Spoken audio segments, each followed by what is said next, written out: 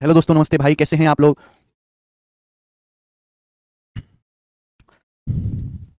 Good evening भाई, कैसे हैं स्टूडेंट्स आप सभी लोग। हाँ जी बच्चों, कैसा महसूस कर रहे हैं भाई मेरे। अच्छा महसूस कर रहे हैं आप। तो कल क्लास बीच में ही आपकी रुक गई थी, पावर कट हो गया था, ठीक है ना, उसकी वजह से आपकी क्लास पूरी नहीं हो पाई थी। Good evening. लेकिन फिर भी कल मैंने आपको कंसेप्ट बता दिया था। बोला है यदि एक्स को 23, 39, 32, 56 में से प्रत्येक में से घटाया जाता है तो संख्याएं समानुपात में होती हैं। पूछा x+4 और 3x+1 के बीच मीन प्रोपोर्शन ज्ञात कीजिए, यानी कि सवाल में x+4 और 3x+1 का मीन प्रोपोर्शन पूछा है। मीन प्रोपोर्शन क्या होता है मेरे दोस्तों। मीन प्रोपोर्शन होता है दो संख्याओं का रूट ए बी।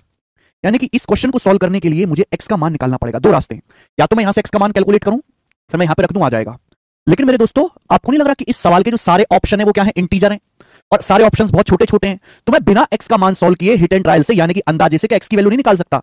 इस सवाल के आंसर रूट में तो है नहीं, ना डेसिमल में है, अभी ना फ्रैक्शन में है, यानी कि x की वैल्यू ऐसी होनी चाहिए छोटी सी, जो मैं यहां पे रखते ही सीधे सीधे आसानी से अंडर रूट आ जाए। तो बताओ x की वैल्यू क्या रखूं यहां पे। 2 रखने पर नहीं बनेगी, 3 रखने पर नहीं, 4 रखने पर नहीं, 5। अगर मैं x की जगह 5 रखता हूं मेरे दोस्तों, 5, तो 5 4 9 का अंडर रूट 3, और 5 दिया 15, 16 का अंडर रूट 4, देखो 12। 12 सवाल का आंसर आएगा। देखो ऑप्शन भी 12 दिया हुआ है, यानी कि कहीं x का मान 5 तो नहीं, कहीं x का मान 5 तो नहीं। मैं बोला है कि x वो संख्या है जिसको इन चारों में से घटाने पर संख्या समानुपात में होती हैं। अगर 5 घटाओगे 23 में से 5 घटाओगे 18, 39 में से 5 घटाओगे 34, 32 में से 5 घटाओगे 27, और 56 में से 5 घटाओगे 51। तो आप मुझे बताओ, जो पहली दो संख्याओं का रेशियो है 9-17, वही बाद की दो संख्याओं का रेशियो भी हो गया 9-17, यानी कि बिल्कुल सही है, x का मान 5 ही है। तो बेटे हम ना ज्यादातर ऐसे सवालों को अंदाजे से ही कर लेते हैं, बिना सॉल्व करे। ये बात क्लियर हुई आप लोगों को। Good evening. क्या समझ नहीं आया। मैंने x का मान दोस्तों निकाला ही नहीं, मैंने तो देख लिया कि भाई मुझे ये निकालना x+4 और 3x+1 का मीन प्रोपोर्शनल। सवाल के ऑप्शंस देखो, ऑप्शन कैसे हैं, इंटीजर है, पूर्णांक, और बहुत छोटे छोटे ऑप्शन है। इसका मतलब x का मान ऐसा होगा जो यहां पर रखते ही सीधा आसानी से अंडर रूट निकल जाए, है ना। बहुत बड़ी वैल्यू नहीं होगी, छोटी वैल्यू होगी। जब मैंने x की जगह रख रख के चेक किया, 3 रख के चेक किया नहीं बनी बात, 4 रख के चेक किया नहीं बनी बात, 5 रख के चेक किया तो 12 आ रहा है। और 5 अगर मैं इन चारों में से हर एक संख्या में घटाता हूं तो 18 34 का रेशियो क्या होता है, 9-17, 27-51 का रेशियो कितना होता है, 9-17। सेटिस्फाई भी कर रहा है। क्लियर है। चलिए अब बच्चे, अगर आप हिट एंड ट्रायल नहीं कर पा रहे तो x का मान निकालोगे कैसे, वो मैंने आपको पढ़ा दिया है। बोला है x को 23, 39, 32 और 56, 23, 39, 32 और 56 x को प्रत्येक में से घटाने पर संख्याएं समानुपात में होती हैं। देखो, चाहे x को प्रत्येक में घटाया जाए या जोड़ा जाए, या तो प्रत्येक में से घटाया जाए या जोड़ा जाए, कुछ भी बोले सेम ही आपके स्टेप्स रहेंगे कैलकुलेशन के। मैंने क्या सिखाया है कल की क्लास में, क्या सिखाया कि 23 39 का डिफरेंस कितना है, 16, 32 56 का डिफरेंस कितना है, 24, 32 56 का डिफरेंस कितना है, 24। आप इनका रेशियो ले लीजिए, रेशियो कितना आएगा, रेशियो कितना आएगा, 8 दूनी 16, 8 तिया 24, 2:3, 2:3 आप बोलोगे, हाँ सर, क्रॉस मल्टीप्लाई करो ऐसे, 23 तिया 69, 32 दूनी 64, तो 69 और 64, 23 दिया 69 और 32 दूनी 64, 69 और 64 का डिफरेंस 5। नीचे क्या आएगा बेटा, नीचे आएगा रेशियो का डिफरेंस, रेशियो का डिफरेंस नीचे आएगा 1, तो 5/1, यानी कि एक्स का मान 5 आ गया, 5, इसका मान 5 आ गया। ये सॉल्व भी करके मैंने आपको दिखा दिया। ठीक है, आगे चलते हैं। ये बताओ जल्दी से, एक और सवाल ऐसा ही। सवाल यह है कि यदि संख्याएं 20, 37, 54, 105 में से प्रत्येक में से x घटाया जाता है तो इस प्रकार प्राप्त संख्याएं समानुपात में होती हैं। 7x-5 और x+1 का मीन प्रोपोर्शनल बताओ। सवाल में आपसे क्या पूछा है, सवाल में आपसे पूछा है 7x-5 और x+1 के बीच मीन प्रोपोर्शनल बताइए। मीन प्रोपोर्शनल क्या होता है, दो संख्याओं का अंडर रूट ab। 7x+5 और x+1 का मीन प्रोपोर्शनल आपसे पूछा गया है, यानी कि पहले मुझे x का मान निकालना पड़ेगा। बोला गया है कि इन चारों संख्याओं में से हर एक संख्या में से अगर x घटाया जाए तो जो संख्या प्राप्त होंगी वो सेम अनुपात में होंगी, प्रोपोर्शन में होंगी। तो या तो मैं x सॉल्व करूं, लेकिन बेटा क्या मैं x का मान बिना सॉल्व करे नहीं निकाल सकता, अंदाजे से, हिट एंड ट्रायल। तीसरी आंख खोलो, सवाल के ऑप्शंस देखो कितने छोटे छोटे हैं। सवाल के सारे ऑप्शंस इंटीजर हैं, पूर्णांक हैं।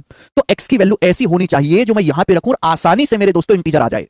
क्या है ऐसी वैल्यू, 3 रखने पर नहीं आ रहा बेटे। अगर मैं x की जगह यहां पर 3 पुट करता हूं, देखो हो गया सेट, 7 21 21 -5 16, 16 का अंडर रूट 4, और 3 1 4, 4 का अंडर रूट 2, देखो 4 दूनी 8, और 8 ऑप्शन में भी है, देखो ऑप्शन में भी 8। और x की जगह अगर मैं 3 रखता हूं, हर एक संख्या में से 3 घटाओगे, 20 में से 3 घटाओगे 17, 37 में से 3 घटाओगे 34, रेशियो कितना आ गया 1 2, 54 में से 3 घटाओगे 51, 105 में से 3 घटाओगे 102, रेशियो कितना आएगा 102। तो जो पहली दो संख्याओं का रेशियो है 1:2, वही बात की दो संख्याओं का रेशियो आ गया। तो मैंने बिना सॉल्व किए ही बेटे x का मान निकाल लिया अंदाजे से। हमको x का मान सॉल्व करके निकालना आता है, पर जरूरी थोड़ा ना कि जो चीज सॉल्व करनी आती है वो सॉल्व भी करी जाए। ठीक है, तो बेटे मेहनत उतनी ही करो जितनी जरूरत है। ये वाला सवाल देखेंगे, सवाल नंबर 112। ये बताओ जल्दी से इसका क्या आंसर है, फटाफट। अच्छा सवाल, क्योंकि 3 रखने पर आसानी से अंडर रूट निकल रहा है बेटा, और ऑप्शन भी मैच हो रहा है। थोड़ा सा दिमाग लगाओ विक्रम मीना जी, शिवम कुमार। दिमाग नहीं है लगाना बस की तो सॉल्व कर लो बेटे, अगर दिमाग नहीं है तो सॉल्व कर लीजिए फिर। बोला संख्याएं 54, 49, 22 और 21 प्रत्येक में से x घटाने पर संख्याएं समानुपात में होती हैं। 8x-25 और 7x-26 का रेशियो ज्ञात करें। सवाल में आपसे इन दोनों का अनुपात पूछा है। तो बेटे ये तो हिट एंड ट्रायल से नहीं होगा, यहां तो आपको x की वैल्यू निकालनी पड़ेगी, यहां तो x की वैल्यू निकालनी पड़ेगी मेरे दोस्तों, तो टेंशन मत लीजिए। 54 49 का डिफरेंस कितना है, 5। 22 21 का डिफरेंस कितना है? 1। रेशियो ले लीजिए 5:1 है ना। x को प्रत्येक संख्या में घटाने पर समानुपात में होती है, ऐसे क्रॉस मल्टीप्लाई। 1 की 54 में गुणा 54, 5 की 22 में गुणा 110। तो 110 और 54 का डिफरेंस क्या है? 110 और 54 का डिफरेंस आएगा मेरे दोस्तों 56 और नीचे क्या आएगा मेरे दोस्तों? नीचे आएगा मेरे दोस्तों रेशियो का डिफरेंस 5 और 1 का डिफरेंस 4। तो 56/4 यानी कि 14। तो x का मान यहां से 14 आ गया, 14। जब मैंने सॉल्व करके निकाला तो x का मान 14 आ गया। x का मान 14 आ गया। आपसे पूछा है 8x - 25 और 7x - 26 का रेशियो। x की जगह 14 रखोगे तो कितना आएगा? 14 8 112, 14 8 112, 112 में से 25 घटाएंगे तो कितना आएगा? 112 - 25 घटाएंगे 87 बटे 7x - 26, 14 7 98, 98 में से 26 घटाएंगे 72, 72। ये किससे कट रहा है बेटा? 3 से कट रहा है। 3 से काटेंगे 87 29 बार, 72 कटेगा 24 बार। तो 29/24 सवाल का आंसर है पहला ऑप्शन, ठीक है, ए ऑप्शन करेक्ट है। समझ में आया? क्लियर है ना? तो इतनी जबरदस्त शॉर्ट ट्रिक है ये बेटे कि मात्र 5 सेकंड में आंसर निकाल के देती है, लेकिन दिमाग भी 5 सेकंड में करने लायक होना चाहिए। ये करके बताएंगे जल्दी से। एक और सवाल करके बता दो बेटे, इस सवाल का क्या आंसर है? मुझे करके बता दीजिए सवाल का आंसर क्या है। कांग्रेचुलेशन प्रशांत जी। सवाल नंबर 113। ऐसा ही सवाल है, खुद से ट्राई करना मेरे दोस्तों, ठीक है ना। इतने सारे सवाल मैंने आपको करा दिए, खुद से ट्राई करना, आगे चलेंगे। बताओ 114 नंबर बनाएंगे, 2 क्वेश्चन और हैं फिर ये टाइप समाप्त। 114 नंबर सवाल करिए बेटे। बेहतरीन प्रश्न है, बोला है यदि x को 19 27 38 और 57 में प्रत्येक से घटाया जाए तो प्राप्त संख्याएं समानुपात में होती हैं। 11x + 2 का मान ज्ञात कीजिए। बोला ये गया है कि यदि x को 19 27 38 और 57 हर एक नंबर में से x घटाया जाए तो जो संख्याएं होंगी मेरे दोस्तों वो प्रोपोर्शन में होंगी, समानुपात में होंगी। तो x का मान क्या है? 11x + 2 का मान ज्ञात कीजिए। यानी कि पहले आपको x का मान निकालना पड़ेगा। बताइएगा। तो बेटा ये सवाल जरूरी नहीं कि x का मान हमेशा इंटीजर आए, इसलिए आपको ट्रिक तो याद करनी ही पड़ेगी बेटा। ट्रिक तो पता होनी ही चाहिए। एक रास्ता है, या तो हर एक ऑप्शन को चेक करके देखो कि भाई 11x + 2 = 54, यहां से x का मान निकालो, यहां से x का मान निकालो, फिर चेक करके देखो। वो तो बहुत टाइम टेकिंग प्रोसेस है, तो सॉल्व ही कर लेते हैं। 19 27 38 57 ईच में से x सब्ट्रैक्ट करने पर संख्याएं प्रोपोर्शन में होती हैं। x का मान क्या है बताओ? 19 27 के बीच में कितने का डिफरेंस है? 19 27 के बीच में 8 का डिफरेंस है। 38 57 के बीच में कितने का डिफरेंस है? 19 का डिफरेंस है, 19 का। देखिए 19 की 19 में गुणा करेंगे 361, 361। 8 की 38 में गुणा करेंगे क्या आएगा? 8 की 38 में गुणा करेंगे तो 240 और 64, 240 हो जाएगा और 64 हो जाएगा, 304, 304। इनका डिफरेंस नीचे क्या आएगा? नीचे आएगा रेशियो का डिफरेंस। रेशियो का डिफरेंस आएगा भी 8 और 19 का डिफरेंस है ना, रेशियो का डिफरेंस। तो 361 में से 304 घटाएंगे 57/11, 57/11। तो x का मान यहां से 57/11 आएगा। क्लियर है? यानी कि बेटे यहां x की वैल्यू इतनी भयानक आई है फ्रैक्शन में कि आदमी का दिमाग गैस ही नहीं कर सकता। आदमी का दिमाग इतना विकसित नहीं हुआ है कि भैया 57/11 x की वैल्यू अंदाजे से सोच पाए। तो ये आपको सॉल्व करके प्रोसेस से ही निकालना पड़ेगा। तो x का मान 57/11 आ गया। आपसे पूछा है 11x + 2 यहां रख देंगे। x की जगह 57/11 रखेंगे, 11 से 11 कट जाएगा, क्या बचेगा? 57। 57 + 2 यानी कि सवाल का आंसर आ जाएगा 59। सी ऑप्शन इस सवाल का आंसर है 59। बेहतरीन लेवल का सवाल है मेरे दोस्तों। जब एग्जामिनर का मन होता है ना कि आज मुझे बच्चों को परेशान करना है, तब वो ऐसा सवाल देगा। जनरली जो है एग्जामिनर ऐसा ही सवाल देता है, सड़क छाप, जिसे आप मात्र हिट एंड ट्रायल से कर सकते हैं। ठीक है, चलिए लास्ट क्वेश्चन करेंगे इस कंसेप्ट पे। लास्ट सवाल नंबर 115। बताओ जरा, ये जो सवाल आपके सामने है बहुत ही मुश्किल सवाल है बेटे, और ये सवाल CHSL 2023 के प्री के पेपर में आया है। करके बताओ बेटे इस क्वेश्चन का क्या आंसर है? CHSL 2023 प्री का बनाइए।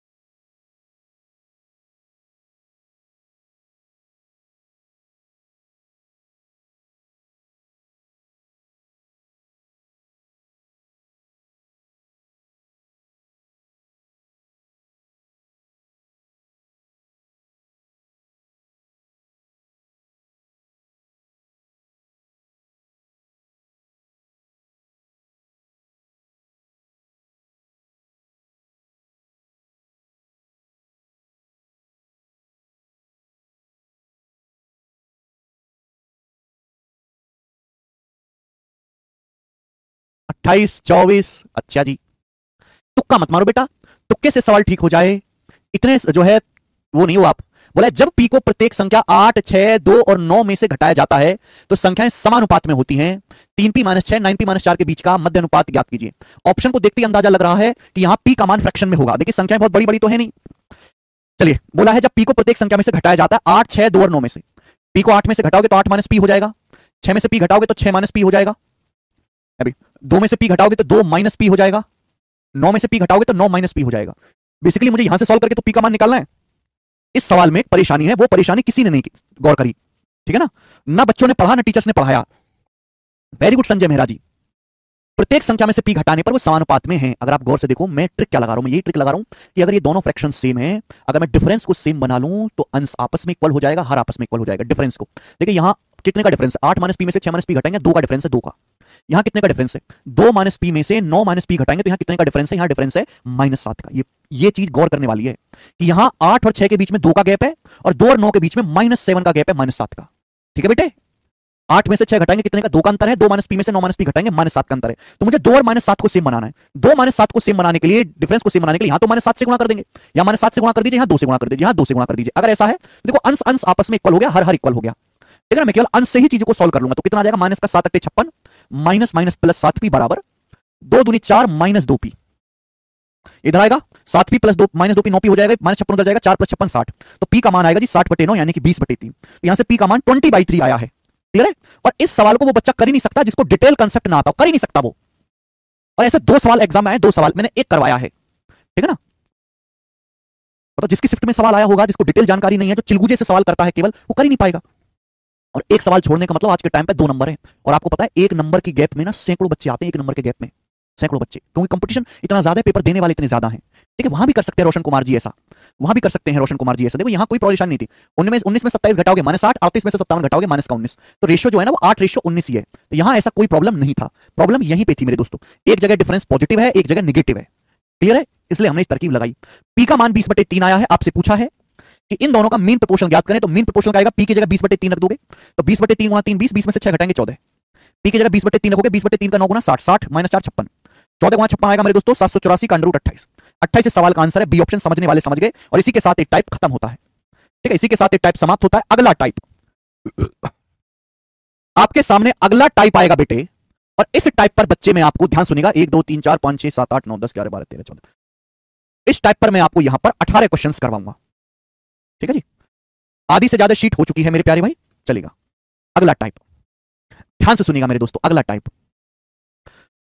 अगला टाइप है मेरे प्यारे भाई, 2 कंसेप्ट आपको समझने हैं, 2 कंसेप्ट। पहला कंसेप्ट है डायरेक्टली प्रोपोर्शनल और दूसरा इनवर्सली प्रोपोर्शनल। देखो ये जो टाइप है, अगर आप आज से 3 साल पहले के पेपर देखोगे, 3 साल पहले के पेपर, तो 2020 से पहले के पेपर देखोगे, तो ये इस टाइप का एक भी सवाल आपको कहीं देखने को नहीं मिलेगा। लेकिन 2020 के बाद से शायद ही कोई ऐसा एग्जाम हो, चाहे एमटीएस ले लें, सीपीयू ले लें, सीएचएसएल ले लें, हर एक एग्जाम में इस टाइप का सवाल देखने को मिलेगा। पिछले 3-4 साल में ही ये टाइप फेमस हुआ है। पहले ये टाइप केवल सीडीएस के एग्जाम में पूछा जाता था, लेकिन आज एसएससी में भी आ रहा है। 2 कंसेप्ट आपको समझने हैं, बचपन से आप सब सुनते आ रहे होंगे, डायरेक्टली प्रोपोर्शनल, इनवर्सली प्रोपोर्शनल। पहला कंसेप्ट, अगर कहीं ये लिखा होता है A is directly proportional to B, क्या मतलब है बेटा इसका? A is directly proportional to B.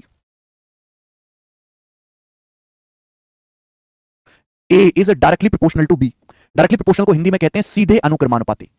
सीधे अनुक्रमानुपाती, ए बी के सीधे अनुक्रमानुपाती है। A is directly proportional to B. A is directly proportional to B. A B के सीधे अनुक्रमानुपाती है। क्या मीनिंग है इस बात का? इसको मैथमेटिक्स में ऐसे डिनोट करते हैं, as directly proportional to B का मतलब as directly proportional to B.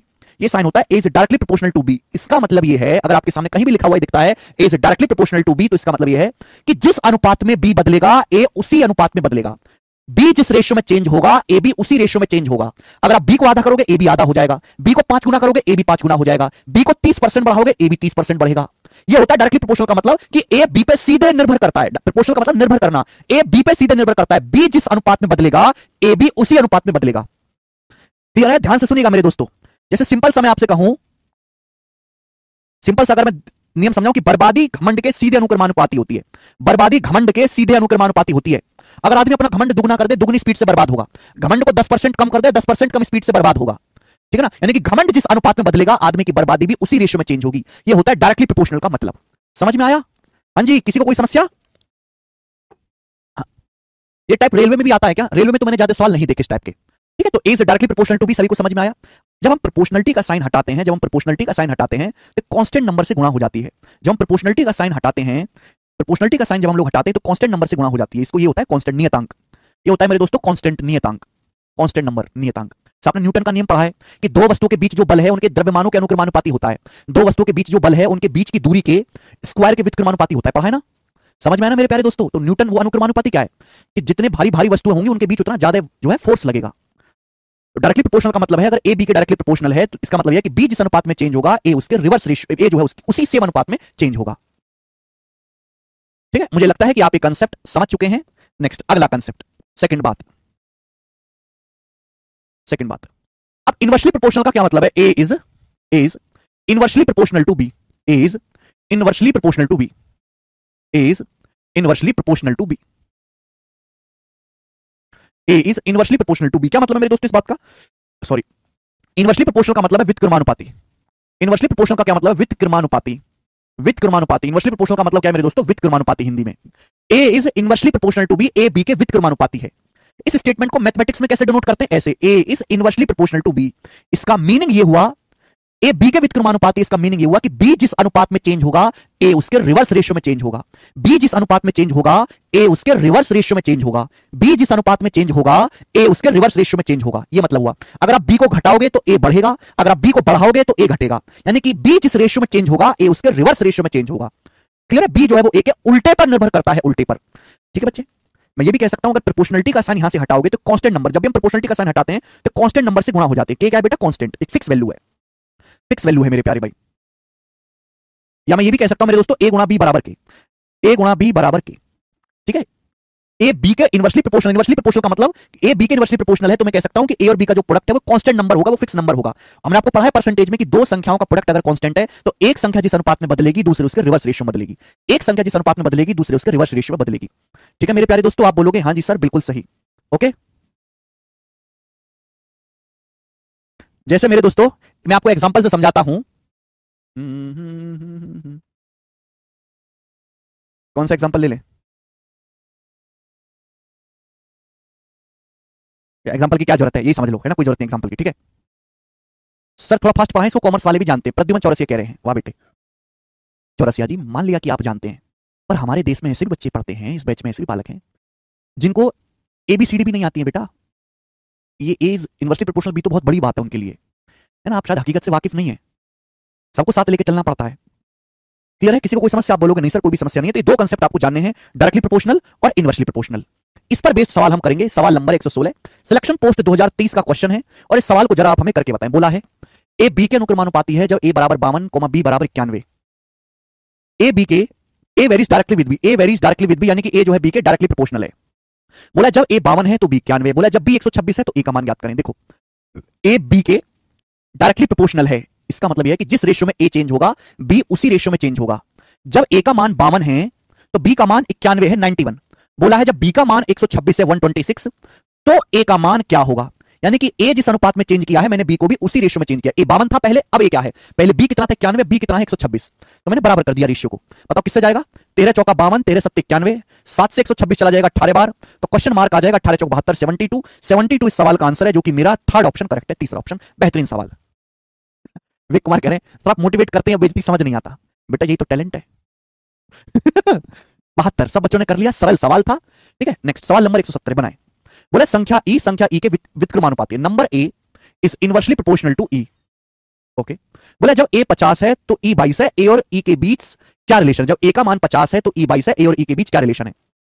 देखो हमने आपको प्यार से समझाया कि ए ई के इनवर्सली प्रोपोर्शनल है। इनवर्सली प्रोपोर्शनल तो इसका मतलब ये हुआ मेरे दोस्तों कि प्रोपोर्शनलिटी का साइन हटाऊंगा तो कांस्टेंट नंबर आएगा। के क्या है? कांस्टेंट नंबर है। ये रिलेशन आना चाहिए। ए और ई के बीच जो संबंध है मेरे दोस्तों इस प्रकार का होना चाहिए।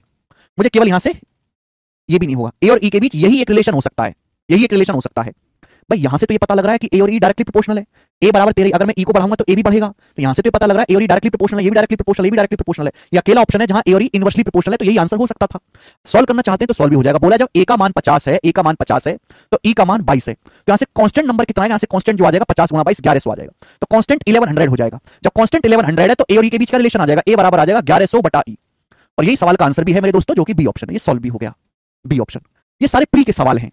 ठीक है, बिल्कुल इजी टाइप्स, इजी सवाल से शुरू किया, धीरे धीरे मैं लेवल बढ़ाता जाऊंगा।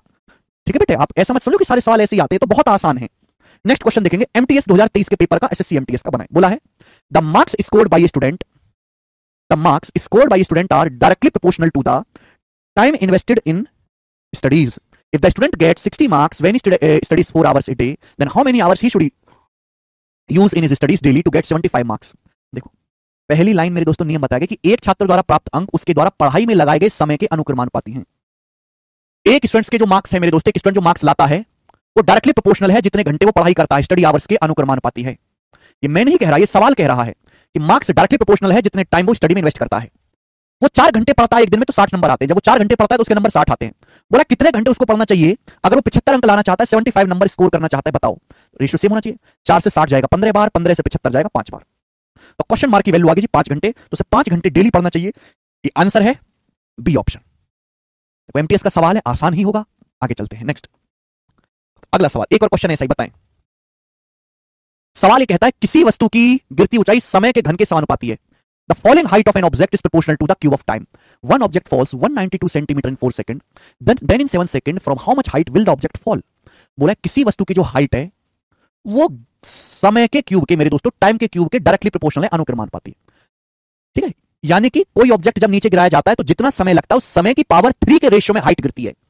समझ में बात? एक वस्तु की जो गिरती ऊंचाई है वो टाइम के क्यूब के समय के घन के समानुपाती है।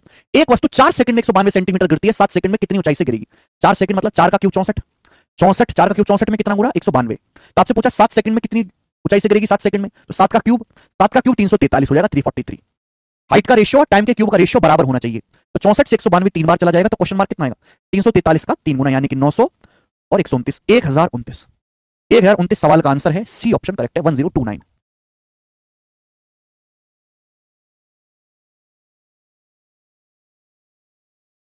ठीक है बेटे बात। 119 नंबर सवाल, एमटीएस का सवाल है ये भी, आगे चलेंगे, ये बताएं। सवाल नंबर है 120, करो बेटा। 120 नंबर प्रश्न, जल्दी से बताओ इस सवाल का क्या ठीक उत्तर बनेगा। चाहिए बेटा हमें आंसर, करिए।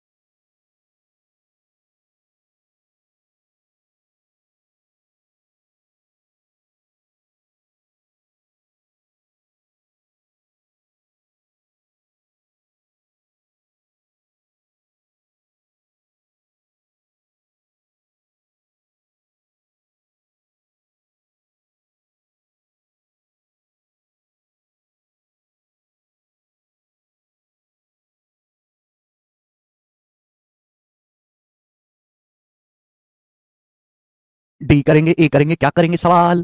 यदि पी आर से सीधा अनुक्रमानुपाती है, क्यू आर से व्युत्क्रमानुपाती है, तो निम्न में से कौन सा सही नहीं है?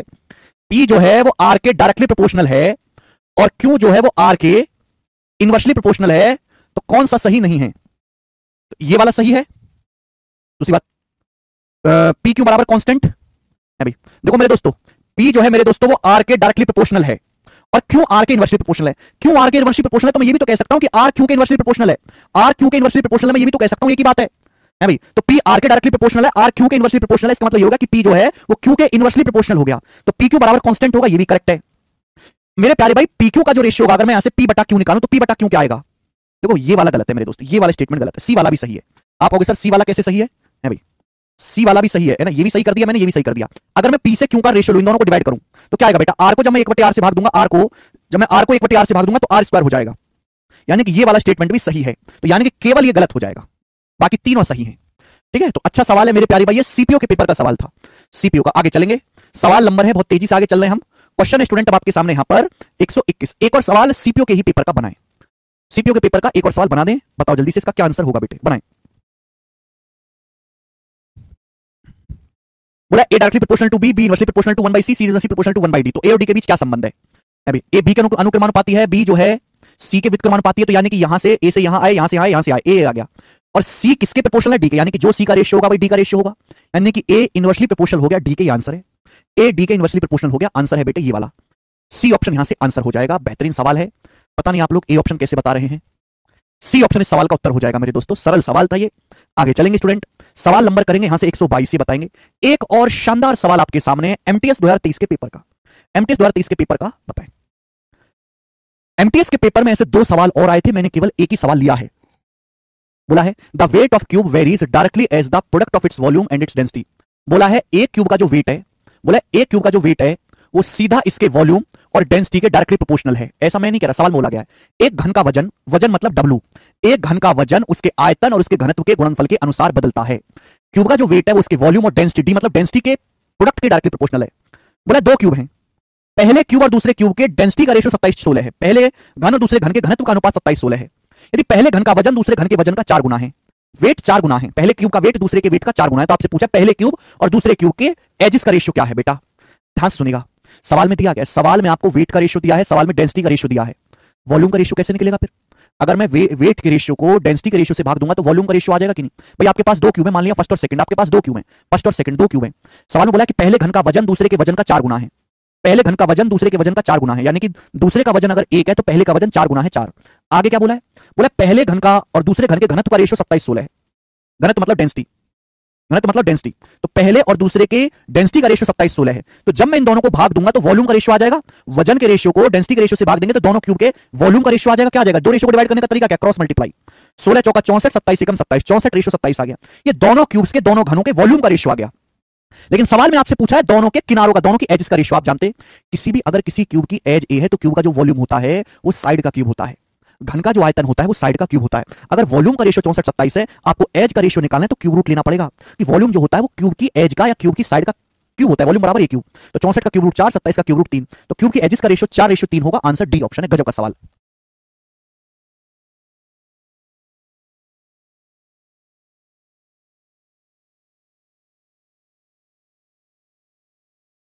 ठीक है, समझ में आई बात? 4-3 अच्छा सवाल है, और भी सवाल आपको मिल जाएंगे, बट देखो प्रीवियस ईयर में एमटीएस में खूब सवाल आ रखे हैं ऐसे ही। अब मैंने आपको एक करवा दिया, आपकी खोपड़ी तो खुल गई अब, ठीक है, अब आपको बाकी करने की जरूरत नहीं है, प्रैक्टिस उतना ही करो जहां तक आपकी जो है विजन रुक रहा है। जैसे आपको कंसेप्ट क्लियर हो गया, बस आपको प्रैक्टिस भी रोक देनी है। हर एक टाइप टच होना चाहिए, छूटना कुछ भी नहीं चाहिए। 4 रेशियो कैसे आया? सवाल में दिया हुआ बेटा, सवाल पढ़ा करो जरा ढंग से, सवाल नहीं पढ़ोगे तो ऐसी बरगले हुए सवाल पूछोगे आप। ये देखो क्या दे रखा बेटे सवाल में, पहले घन का वजन दूसरे घन के वजन का 4 गुना है, दिया नहीं है? पहले घन का वजन दूसरे का 4 गुना है, दूसरे का 1 है तो पहले का 4 है। नेक्स्ट सवाल नंबर है बेटे आपके सामने 123, बनाएंगे सवाल का क्या आंसर है बताओ। बेहतरीन क्वेश्चन, बोला है P varies inversely as square of Q. P जो है मेरे दोस्तों वो क्यू के स्क्वायर के इनवर्सली प्रोपोर्शनल है, पी जो है वो क्यू के स्क्वायर के इनवर्सली प्रोपोर्शनल है, क्यू के स्क्वायर के इनवर्सली प्रोपोर्शनल है। जब क्यू 2.4 है तो पी 1.5 है, बोला है जब पी 6 है तो क्यू क्या होगा? पी जो है मेरे दोस्तों वो क्यू के स्क्वायर के इनवर्सली प्रोपोर्शनल है। तो यहां से एक बात समझने वाली है, इसका मतलब ये हुआ कि पी का जो अनुपात होगा वो क्यू के स्क्वायर के रिवर्स रेशियो में होगा। अगर सपोज पी की दो क्वांटिटी है, पी की दो वैल्यू है P1 और P2, पी की दो क्वांटिटी है P1 और P2, तो ये जो रेशियो होगा वो क्यू के स्क्वायर के रेशियो का रिवर्स होगा। अभी क्यू का रिवर्स Q2/Q1 और इसका स्क्वायर, ये चीज मेरे दोस्तों यहां से बनती है। समझ में आई मेरे दोस्तों? सवाल में साफ साफ ये कहा गया कि P जो है वो क्यू के वर्ग के व्युत्क्रमानुपाती है। इसका मतलब ये है कि अगर P की दो वैल्यू है P1 और P2, तो P1 से P2 का जो रेशियो होगा वो क्यू के स्क्वायर के रेशियो का उल्टा होगा। इसलिए मैंने ऊपर Q2 रखा है, नीचे Q1 रखा है, स्क्वायर लगा हुआ है। सवाल बोला है कि पहले P 1.5 था, अब P 6, पहले P का मान कितना था 1.5, अब P का मान कितना है मेरे दोस्तों 6। बोला है जब P 1.5 था, ये P1 है, ये Q1 है, ये P2 है। आपसे पूछा है बाद में Q2 क्या हो जाएगा। आपसे सवाल में Q2 स्क्वायर पूछा है मेरे दोस्तों, Q1 कितना है मेरे प्यारे भाई? Q1 जो है आपका 2.4 है, 2.4 का स्क्वायर।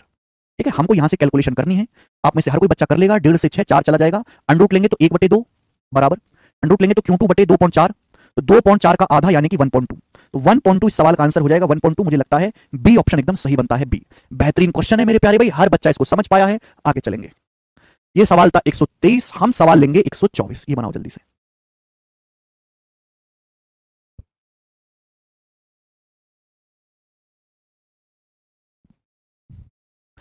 सवाल में बोला गया A varies directly as positive square root of B and inversely as cube of C. बोला गया ए सीधे बी के पॉजिटिव स्क्वायर रूट के अनुक्रमानुपाती है और सी के क्यूब के व्युत्क्रमानुपाती है। ये बोला गया है ए जो है, ए बी के पॉजिटिव स्क्वायर रूट के डायरेक्टली प्रोपोर्शनल है और सी के क्यूब के इनवर्सली प्रोपोर्शनल है। सवाल में ये चीज कही गई है मेरे दोस्तों, ठीक है ना। A is directly proportional to under root B and inversely proportional to C cube. अब देखो सवाल में बोला है कि जब ए 15 है बी 27 है तो सी 2 है ना। जब ए 15 है बी 27 है तो सी 2 है। बोला है बी का मान ज्ञात कीजिए जब ए 9 है सी 2 है। बी का मान ज्ञात कीजिए जब ए 9 है सी 2 है। ये सवाल लास्ट ईयर 2022 का है मेरे दोस्तों, प्री का। सारे सवाल प्रीवियस ईयर है, एक भी सवाल मैंने नहीं बनाया नया। जितने भी सवाल मैं आपको करा रहा हूं 20 के 20, हर मैं अलग सवाल करा रहा हूं, हर अलग अलग सवाल। ऑलरेडी ये सारे के सारे क्वेश्चन प्रीवियस ईयर के पूछे गए हैं। अगर आप देखो दोनों ही केस में सी का मान सेम है। सी का मान पहले भी 2 था, सी का मान अब भी 2 है। सी का मान पहले भी 2 था, अब भी 2 है, यानी कि सी की वैल्यू तो कोई जरूरत ही नहीं है ना। सी के मान पे डिपेंड ही नहीं करेगा बेटा, सी तो दोनों ही केसेस में सेम है। तो केवल ये लगाएंगे कि ए जो है वो बी के अंडर रूट के डायरेक्टली प्रोपोर्शनल है। पहले ए कितना था 15, अब ए कितना आएगा 9।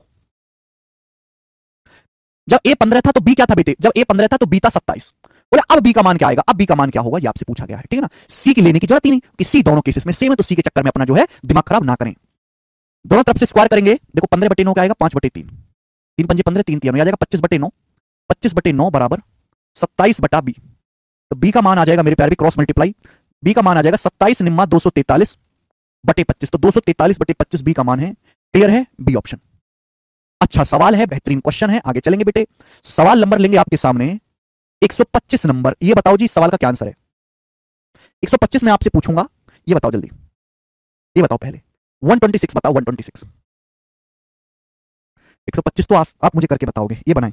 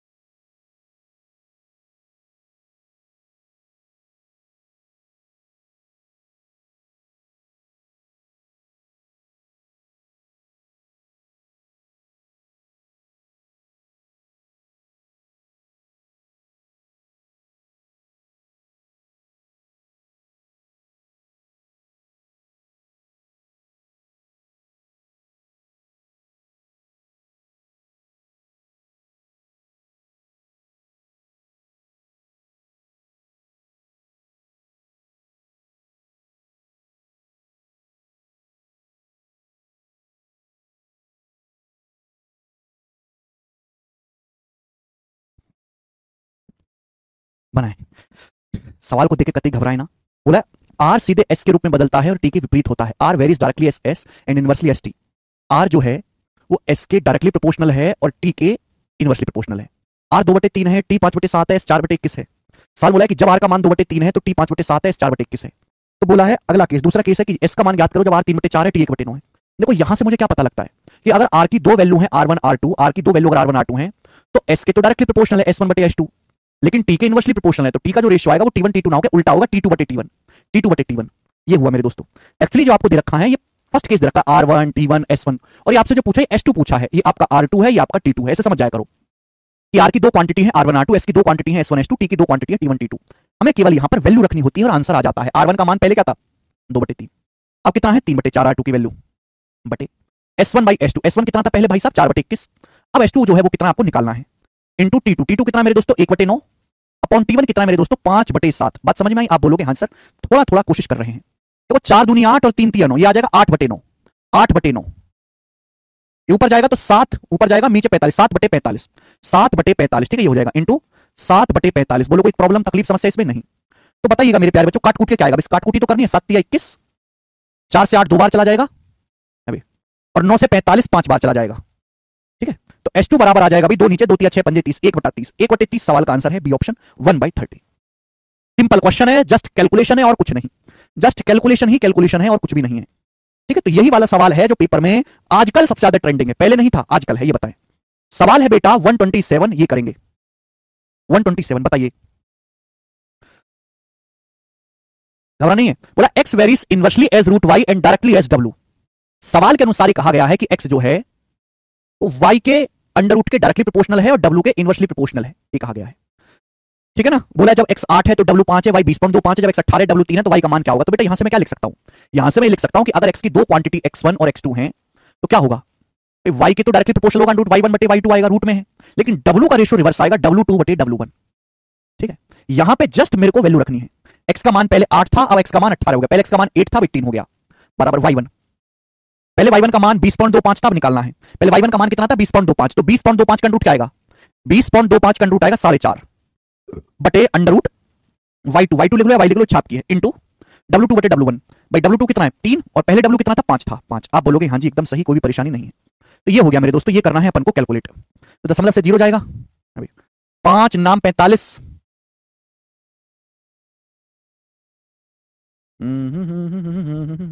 x1 बटे x2 8 बटे 18, दशमलव से 0, और ये 40 बटे 9, कुछ तो गड़बड़ है दया, x 8 है, x रूट y के विपरीत है, सीधे सॉरी मैंने उल्टा लिख दिया, सॉरी बच्चे तभी तो कहीं कट कैसे नहीं रही, मैंने उल्टा लिख दिया। x varies inversely as root y and directly as w, x w के डायरेक्टली अनुक्रमानुपाती है और y के इनवर्सली है, x रूट y के इनवर्सली प्रोपोर्शनल है और w के डायरेक्टली प्रोपोर्शनल है, मैंने उल्टा लिख दिया।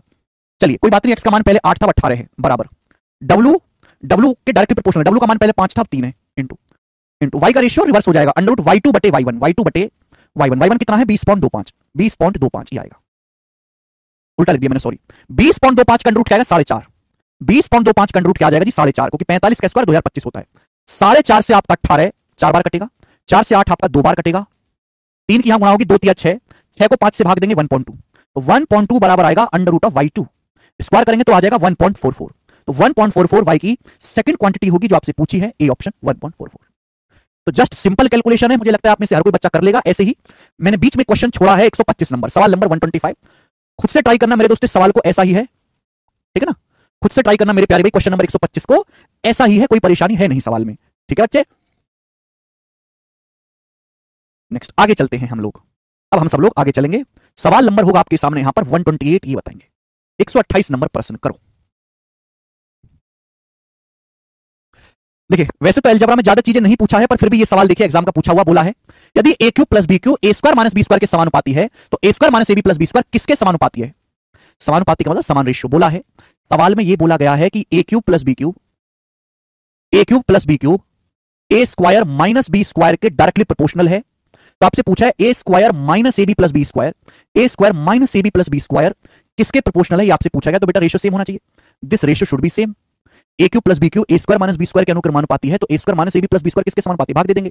आप बताओ A cube plus B cube को A square minus A B plus B square से भाग देंगे, फॉर्मुला है अलजेब्रा का, A cube plus B cube को अगर A square minus A B plus B square से भाग दिया जाए तो ए प्लस बी आता है। ऐसे क्वेश्चन मार्क क्या आएगा, ए स्क्वायर माइनस बी स्क्वायर को अगर आप ए स्क्वायर माइनस बी स्क्वायर को ए प्लस बी से भाग देंगे तो ए माइनस बी, ए माइनस बी सवाल का आंसर है पहला ऑप्शन ए माइनस बी। ठीक है, ये नॉर्मल क्वेश्चन है, ज्यादा नहीं बनाए गए अलजेब्रा के सवाल, लेकिन आप इस चीज के लिए तैयार रहिए कि अलजेब्रा के फॉर्मूले पर भी बहुत सारे सवाल प्रोपोर्शनलिटी में बनाए जा सकते हैं। कंसेप्ट क्लियर है, किसी बच्चे का फॉर्मूला याद है तो उन सवालों को कर लेगा। ठीक है, मैं तो एक ही करवा रहा हूं, आगे चलेंगे। सवाल नंबर स्टूडेंट 129, ये बताएंगे 129। अब यहां से मिसलेनियस सवाल है, यहां से इस कंसेप्ट पर मिसलेनियस सवाल है, करके बताओ, जैसे ये वाला सवाल नंबर 129 करके बताएं, गजब का क्वेश्चन।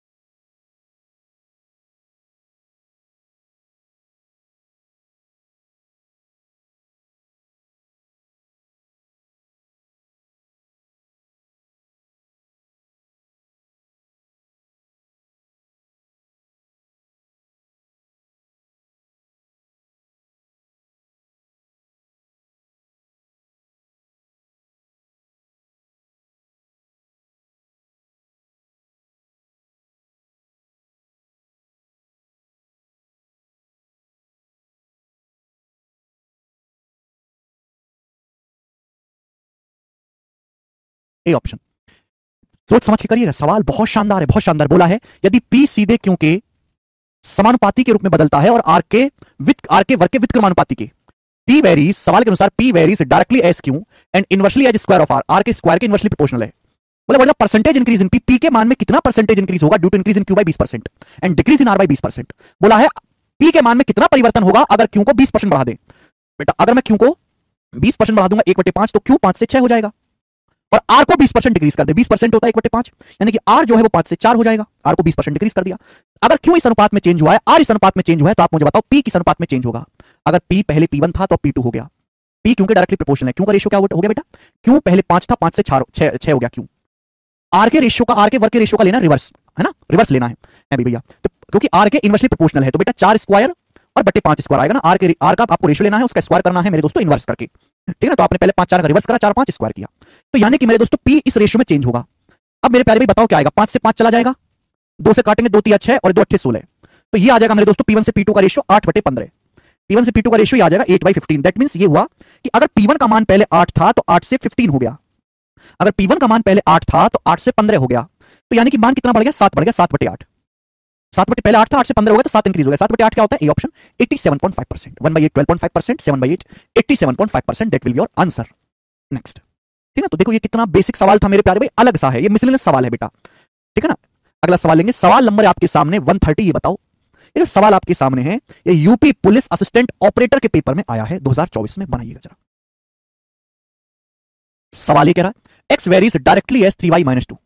x जो है वो 3y-2 के डायरेक्टली प्रोपोर्शनल है, x 3y-2 के रूप में बदलता है सीधे, यानी कि 3y-2 जिस रेशियो में चेंज होगा x भी उसी रेशियो में चेंज होगा।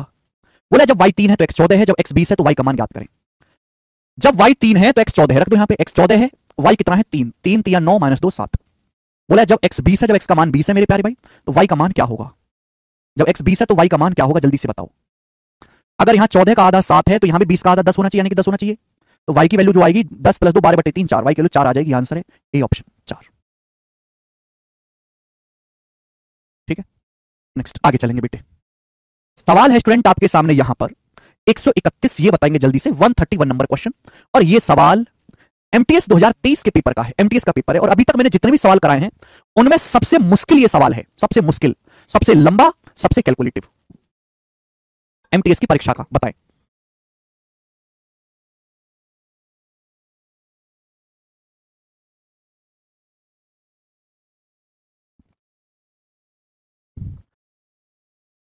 ठीक है, जितने भी मैंने आपको सवाल कराए इस टाइप में सबसे मुश्किल ये सवाल है। सवाल बेसिक एमटीएस में आया है, लेकिन इस सीजीएल मेंस के लेवल की चीजें उससे भी कहीं ऊपर की करें। पहली लाइन, y x + 3 के अनुक्रमानुपाती है और y = 8 तो x = 1।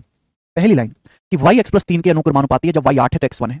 Second question, second line कि बोला x z के इनवर्सली प्रोपोर्शनल है, जब x = 2 तो z = 6। y और z के बीच संबंध ज्ञात कीजिए, y z के बीच संबंध निकालना है, यानी कि x को गायब करना है। पहली लाइन देखेंगे, पहली लाइन में बोला है कि y जो है वो x + 3 के डायरेक्टली प्रोपोर्शनल है, y जो है वो x + 3 के डायरेक्टली प्रोपोर्शनल है।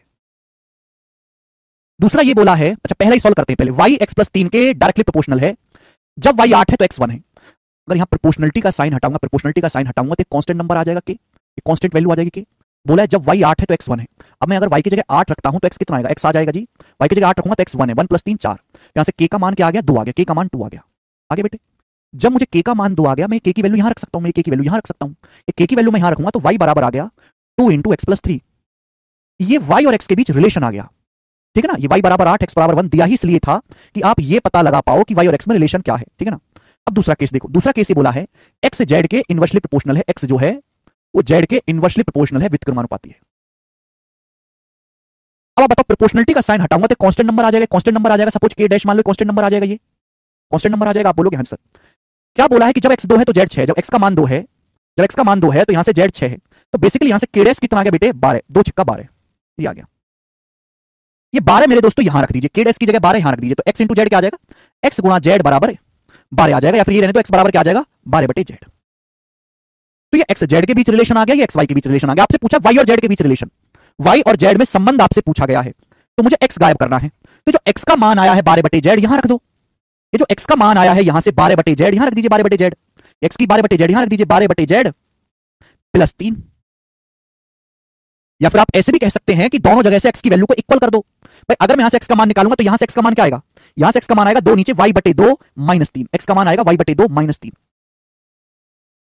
2 नीचे आएगा y बटे 2, 3 उधर चला जाएगा। ये x का मान है, यहां से x का मान कितना है 12 बटे z, यहां से x का मान कितना है 12 बटे z, बराबर होना चाहिए, ये भी कर सकता हूं। तो मैंने यहां से x का मान निकाला, 2 नीचे गया y बटे 2, 3 उधर गया, यहां से x का मान 12 बटे z, ये भी x की वैल्यू है, ये भी x का मान है, ये भी x का मान है, बराबर होना चाहिए, इक्वल होना चाहिए मेरे प्यारे भाई। यहां क्या करेंगे एलसीएम, तो 2 तिया 6 बटे 2 बराबर 12 बटे z, क्रॉस मल्टीप्लाई करेंगे तो z की y माइनस 6 में गुणा, ऐसे क्रॉस मल्टीप्लाई करेंगे तो z इंटू y माइनस 6 बराबर 12 दूनी 24, z इंटू y माइनस 6 बराबर 24, ये आंसर है, z इंटू y माइनस 6 बराबर 24, तो डी ऑप्शन सवाल का सही आंसर है, डी ऑप्शन अच्छा सवाल है ये।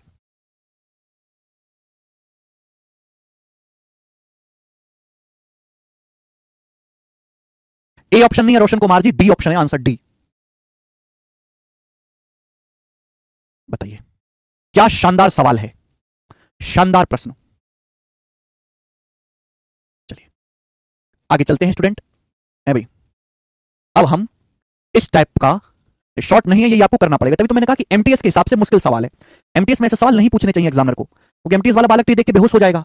लास्ट क्वेश्चन लेंगे मेरे दोस्तों इस पर, सवाल नंबर 132, ये बताए 132 नंबर, करो जल्दी से क्या आंसर है। सवाल सीजीएल 2023 के पेपर में आया है, सीजीएल 2023 के पेपर में, बहुत ही भयानक सवाल है, लास्ट क्वेश्चन इस टाइप का, लास्ट बताओ। नहीं रुक जाओ, टाइप खत्म कर लेते हैं ना, टाइप खत्म कर लेते हैं, लास्ट क्वेश्चन है ना इस टाइप का, फिर कल से नया टाइप शुरू करूंगा ना। बताएं, सवाल नहीं है, पूरा निबंध है, 1 2 3 4 5 6 7 लाइन का ये सवाल है बेटे। कंप्यूटर स्क्रीन पाया होगा तो देख के इतना बड़ा लगा होगा कि बच्चे ने बिना पढ़े सवाल छोड़ दिया होगा, तेरी ऐसी मैं ना कर रहा, बाल में नौकरी, ठीक है ना। लेकिन अगर इस सवाल को करने बैठो तो सवाल सॉल्व हो जाएगा, बट थोड़ी सी कैलकुलेशन ज्यादा है, कैलकुलेटिव सवाल है, भयंकर क्वेश्चन, मस्त सवाल। सवाल एक्चुअली में मैथ का है ही नहीं, सवाल है फिजिक्स का। जिन बच्चों की फिजिक्स अच्छी है ना, उनको ये सवाल बहुत इजी लगेगा। पढ़ना शुरू करते हैं। 132 नंबर बोला है, the force needed to keep a car from skidding on a curve varies directly with the weight of car. देखो, जब कार किसी मोड़ पे मुड़ती है तो उसको फिसलने से बचाने के लिए फोर्स लगता है, तो वो जो फोर्स है मेरे प्यारे भाई, वो कार के वेट के डायरेक्टली प्रोपोर्शनल है, कार के वेट के डायरेक्टली प्रोपोर्शनल है, and the square of its speed, और कार की स्पीड के स्क्वायर के प्रोपोर्शनल है, and inversely with the radius of the curve, और जिस मोड़ पे कार मोड़ रही है उसकी रेडियस के इनवर्सली प्रोपोर्शनल है। सपोज मोड़ की जो रेडियस है आर है, उसकी रेडियस के इनवर्सली प्रोपोर्शनल है, ये सवाल में कहा गया है। मैं एक बार हिंदी में पढ़ देता हूं, सवाल क्या कर रहा है। एक कार को किसी मोड़ पर फिसलने से बचाने के लिए जो बल लगता है वो कार के वजन के अनुक्रमानुपाती है, उसकी स्पीड के वर्ग के अनुक्रमानुपाती है, और रेडियस के व्युत्क्रमानुपाती है ना। जो आपका मोड़ है, जो वक्र है, उसकी रेडियस के व्युत्क्रमानुपाती है। सवाल में अब ये बोला गया है कि मान लीजिए 35 मील प्रति घंटा की स्पीड से यात्रा कर रही 2750 पाउंड की कार को 550 फीट त्रिज्या के मोड़ पर फिसलने से बचने के लिए 6125 पाउंड फोर्स की आवश्यकता होती है। एक कार की स्पीड है, ध्यान सुनिएगा, एक कार की स्पीड है 35 मील पर आवर, कार का वजन है 2750 पाउंड, रेडियस है जिस मोड़ पर मोड़ रही है 550 फीट, और जो फोर्स लग रहा है वो 6125 फीट का पाउंड बल का लग रहा है, 6125 पाउंड का फोर्स लग रहा है। बोला 50 मील पर आवर की स्पीड से चल रही है कार को, 3600 पाउंड की कार है, कार का वेट है 3600 पाउंड, 750 फीट रेडियस के मोड़ पर फिसलने से बचने के लिए कितना पाउंड बल चाहिए? बताओ, हो गया ना, हो गया ना बेटे। वैल्यू रखनी है केवल आपको। पहले कितने का फोर्स लग रहा था? पहले फोर्स लग रहा था 6125 का पाउंड फोर्स। सवाल बोला बताओ अब कितना पाउंड फोर्स लगेगा, वेट बताओ, कार का वेट किस रेशियो में है? पहले कार का वेट 2750 पाउंड था, 3600 पाउंड है। पहले कार का वेट 2750 पाउंड था, अब 3600 पाउंड है, 3600 पाउंड है, इनटू स्पीड के रेशियो का स्क्वायर। पहले कार की स्पीड 35 थी, 50 है। पहले कार की स्पीड 35 मील आवर थी, 50 मील पर आवर है, इसका क्या हो जाएगा स्क्वायर, इनटू। अब मेरे दोस्तों रेडियस के रेशियो का क्या लेना है? रिवर्स। रेडियस के रेशियो का रिवर्स। पहले रेडियस कितनी थी? 550 और 750, तो 750 बटे 550 आएगा 750 बटे 550, 750 बटे 550। बेटे मेरे को ये कैलकुलेशन करनी है, कैलकुलेशन कहीं भी मुश्किल नहीं है, 0 से 0 कटी जाना है, 55 से ये 50 बार कटी जाना है मेरे दोस्तों, 55 पंजे 275, एक 0 भी कट जाएगा, 15 से कटी जाना है, 15 पंजे 75, 15 30, 15 चौका 60, 15 पंजे 75, 15 दूनी 30, 15 चौका 60, 24, ठीक है। 35 बटे 50 का होल स्क्वायर, 35 50 किससे आता है? 7 से और 10 से, यानी कि मेरे दोस्तों 7 बटे 10 का स्क्वायर 49 बटे 100, ये हो जाएगा 49 बटे 100, 49 बटे 100, 49 बटे 100। 35 बटे 50 कितना आएगा? 7 बटे 10 का स्क्वायर 49 बटे 100, ये 5 बचे 25 है, 25 से 100 चला जाएगा 4 बार। अब ये 49 बेटे 49 से कटना चाहिए, 49 एकम 49 बचेगा 12, 49 दूनी 198, 198, 49 एकम 49 बचेगा 12, 49 दूनी 198, तो 24 बचेगा, 49 पंजे 245, 125 हो गया। तो फोर्स आ गया, ये 24 चौका 96, 96 की गुणा हो जाएगी 125 में, 125 गुणा 24 गुणा 4, 125 गुणा 24 गुणा 4 आ गया। अच्छा 125 की 4 में गुणा करो तो 500 होता है, 500 की 24 में गुणा करो तो 12000, 500 की 24 में गुणा करो तो 12000, तो 12000 पाउंड फोर्स लगेगा। डी ऑप्शन आंसर है 12000। Very very beautiful question, very very beautiful question, ठीक है। सवाल इजी है, सवाल में कोई दिक्कत नहीं है, बट प्री के एग्जाम के हिसाब से क्वेश्चन टाइम टेकिंग है।